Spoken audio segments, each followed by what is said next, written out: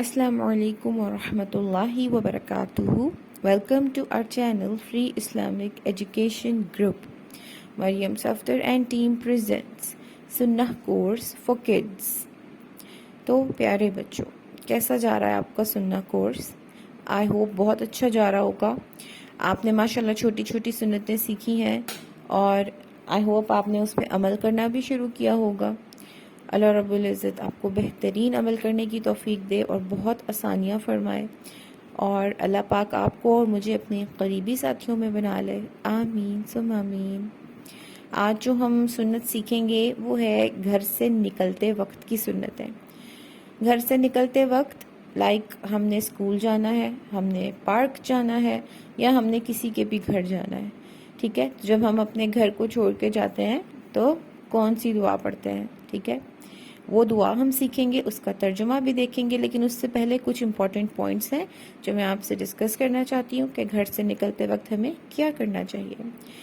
اگر تو ہم اپنے ماما بابا کے ساتھ جا رہے ہیں تو اٹس فائن. ٹھیک ہے، اگر آپ اکیلے جا رہے ہیں، پارک جانا ہے اپنے دوستوں کے ساتھ، ٹھیک ہے، آپ کو بڑوں سے اجازت لے کے جانا ہے. ٹھیک ہے، ماما سے بابا سے گھر میں ان سے پوچھیں ہم جا سکتے ہیں. ٹھیک ہے، اگر وہ کہتے ہیں یس آپ جا سکتے ہیں تب آپ جائیں. ٹھیک ہے، اگر وہ کہتے ہیں نہیں، دیٹ مینس کہ آپ نے نہیں جانا. ٹھیک ہے، سب سے امپورٹنٹ بات.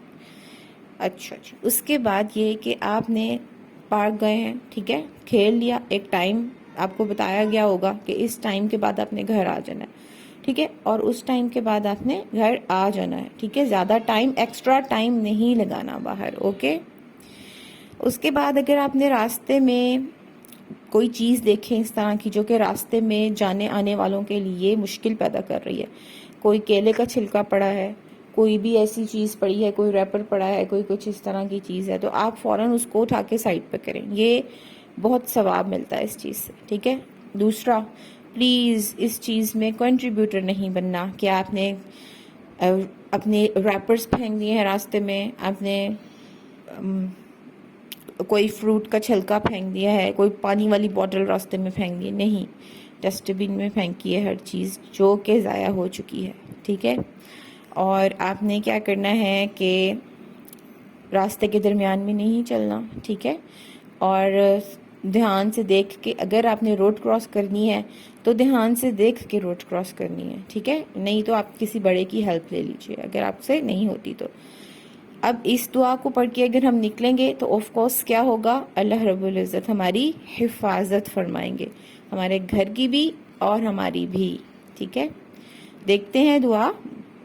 بسم اللہ توکلت علی اللہ ولا حول ولا قوة الا باللہ.